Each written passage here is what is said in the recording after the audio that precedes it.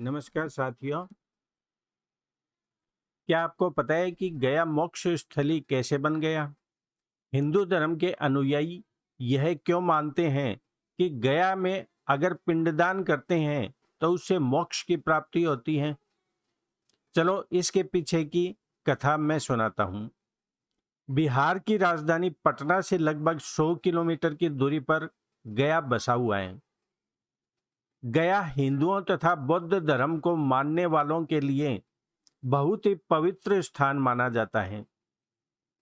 बौद्ध धर्म का मानना है कि इस स्थान पर भगवान बुद्ध को ज्ञान की प्राप्ति हुई थी तथा हिंदुओं का यह मानना है कि यहाँ पर पिंड दान करने से मोक्ष की प्राप्ति होती है। इसलिए हिंदू धर्म को मानने वाले लोग रोजाना देश और विदेश से यहाँ आते हैं और अपने परिवार के मृत व्यक्तियों के लिए श्राद्ध पिंडदान के लिए पूजा अर्चना करते हैं ताकि मृत आत्माओं को मुक्ति मिले। गया जी को मोक्ष स्थली क्यों मानते हैं, इसके पीछे एक पौराणिक कथा प्रचलित है। पौराणिक कथा के अनुसार गया में एक राक्षस हुआ करता था जिसका नाम गयासुर था। गयासुर ने भगवान की गहन तपस्या की।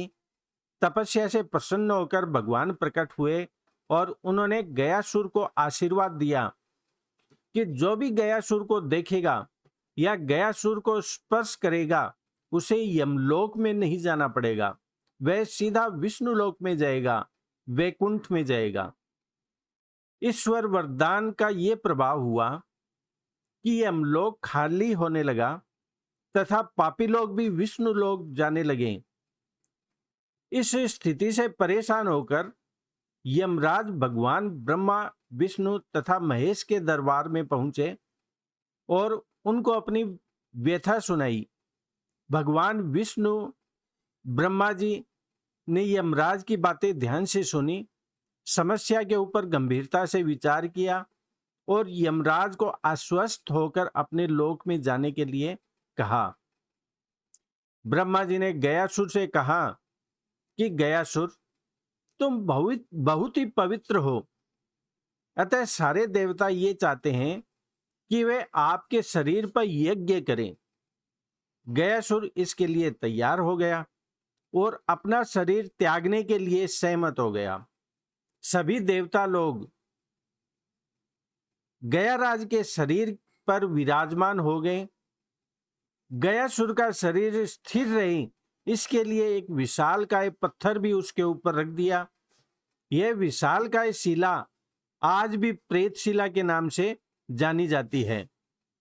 गयासुर के इस त्याग से भगवान विष्णु अति प्रसन्न हुए और उन्होंने गयासुर को वरदान दिया कि आज से यह स्थान जहां पर तुम्हारे शरीर पर यज्ञ हुआ है वह स्थान गया के नाम से जाना जाएगा।